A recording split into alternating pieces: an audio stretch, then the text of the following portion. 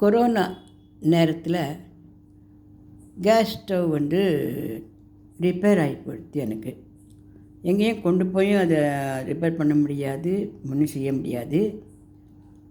வீட்டில் சமையல் எப்படி பண்ணுறது? வேணுமானா ப்ரெட்டு வாங்கி போது சமாளிச்சுக்கலாம். அது கூட கடையெல்லாம் 10 மணியோட ஓவர், காற்றுல வரக்கூடாது, சாயங்காலம் வரக்கூடாது, இப்படிலாம் இப்போ சட்டம் போட்டிருந்தது. என்ன பண்ணுறதுன்னு தெரியல. எனக்கு கடவுளை பிரார்த்தனை பண்ணிட்டேன். கடவுளே, திடீர்னு இந்த ஸ்டவ் இந்த மாதிரி ரிப்பேர் ஆகும்னு நான் நினைக்கவே இல்லை. ஸ்டவ் 2 பக்கமுமே எரியலை. இருந்தாலும் காடை ப்ரே பண்ணிட்டு என்ன பண்ணேன், என்னடா இது இப்போ என்ன பண்ணுறது சொல்லிட்டு வீட்டில் எல்லாத்தையும் அந்த ரிப்பேர் ஆகிடுது சொல்லி பார்த்தேன். என்னம்மா பண்ணுறது பார்க்கலாம், இது என்ன பண்ணுறது தெரியலையே. எல்லாருமே தவிக்கிறா. ஏன்னா அந்த ஸ்டவ்வை கொண்டு போய் எங்கேயும் ரிப்பேர் பண்ணிட்டு வர முடியாது. அதே நேரத்தில் ரிப்பேர் பண்ணலன்னா சமையலும் பண்ண முடியாது. பரவாயில்ல, ஏதாவது ப்ரெட்டு வாங்கி ஏதாவது கடையில் திறக்கச்ச ப்ரெட்டு வாங்கிக்கலாம், ஏதாவது இருந்தால் சமாளிக்கலாம், கவலைப்படாத அப்படின்னு சொல்லிட்டு இருக்கேன் எங்கள் வீட்டில். நான் என்ன பண்ணேன், கடவுளே நீ தான் கண்ணு திறக்கணும் அப்படின்னு சொல்லிவிட்டு அந்த ஸ்டவ் கொஞ்சம் அழுக்காக இருந்தது. அந்த ஸ்டவ்வை நல்லா க்ளீனாக நீட்டாக அழகாக தொடச்சி புது ஸ்டவ் மாதிரி ஆக்கினேன். என் பக்கத்தில் என் பேத்தி நின்றுந்தா, வாடி இந்த ஸ்டவ் தான் பெரிய போகிறதில்ல, இது என்னத்துக்கு இவ்வளோ நீட்டாக பண்ணிட்டு இருக்கோங்க, அப்புறம் தொடச்சிக்கலாம், இல்லை இது என்ன மூட்டை பாருங்க, இல்லை சமைக்க போகிறோங்கன்னு கேட்டான். நான் சொன்னேன், இல்லைடா செல்லும், அப்படி இல்லை, இந்த ஸ்டவ்வை நம்ம நீட்டாக பண்ணி வச்சுப்போம்.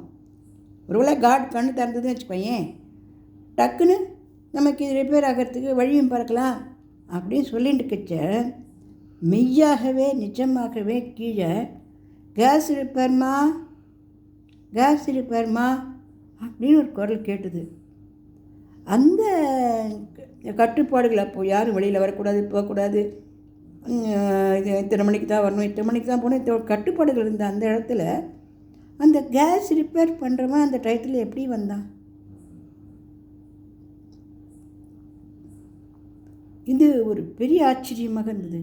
என் பேத்திய, பாட்டியே நீ ஸ்டவ்வில் ரிப்பேர் பண்ணி தொடச்சுட்டே என்ன சொன்னேன், ஒரு வேளை அதை ரிப்பேர் பண்ணிடலான்னு சொன்னேன்ல, அப்படியே பறிச்சுட்டு கொடுத்து பாட்டி, பாருங்களேன் கேஸ் ரிப்பேர் பண்ணுறதுக்கு ஒரு அங்கிள் கூப்பிட்றாரு அப்படின்னா உடனே அவரை வர சொல்லி உடனே ரிப்பேர் பண்ணி அன்றைக்கி சமையலில் சந்தோஷமாக பண்ணி குடும்பத்தோடு மகிழ்ச்சியாக உட்காந்து சாப்பிட்டோம். ஏன்னா வெளியில் யாருமே போக வேண்டிய அவசியமே இல்லையே. ஆஃபீஸும் கிடையாது, பள்ளிக்கூடம் கிடையாது, எல்லாம் வீட்டில் எதுனா உட்காந்துருக்கோம். வீட்டில் உட்காந்துல என்ன ஒரு பெரிய கஷ்டம் அப்படின்னா பாவம், அடிக்கடி காப்பி பண்ணணும், அடிக்கடி டீ பண்ணணும், அதுக்கு ஏதாவது சாப்பிடணும். அதுதானே நம்ம குழந்தைகள்லாம் வீட்டில் இருந்ததுன்னா ஸ்கூல் போனால் அந்தந்த டயத்தில் சாப்பிடும். பாவம் வீட்டில் இருந்தால் எதனா கோரிக்கிறதுக்கு வேணும், முறுக்கு வேணும், இல்லை அப்பிச்சி வேணும், எதனே கேட்கும். வீட்டில் இருக்கிற மனுஷாலும் ஹஸ்பண்டாகட்டும், மாப்பிள்ளையாகட்டும், இல்லை பிள்ளையாகட்டும், ஒரு ரூபா டீ கொடு, ஒரு ரூபா காப்பி கொடு, நம்ம எவ்வளோ நம்ம அந்த கேஸை யூஸ் பண்ணிப்போம் ஸ்டவ்வை.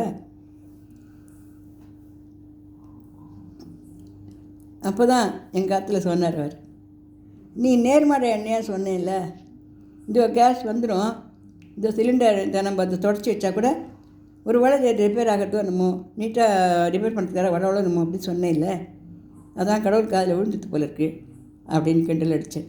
அது கிண்டலாக இருந்தாலுமே கூட அது அந்த ஸ்டவ்வை என்னத்துக்கு இப்போ துடைக்கணும், அழுக்காதே நான் கலட்டுமே, அது என்ன மூட்டை பொருள் அப்படின்னு எண்ணாமல் அதை அக்கறையாக தொடச்சத கடவுள் என்ன நினச்சிருக்கே, சரி நம்ம இதை நல்லா ரிப்பேர் பண்ணி கொடுத்துடலான்னு நினச்சிருக்கார் இல்லையா.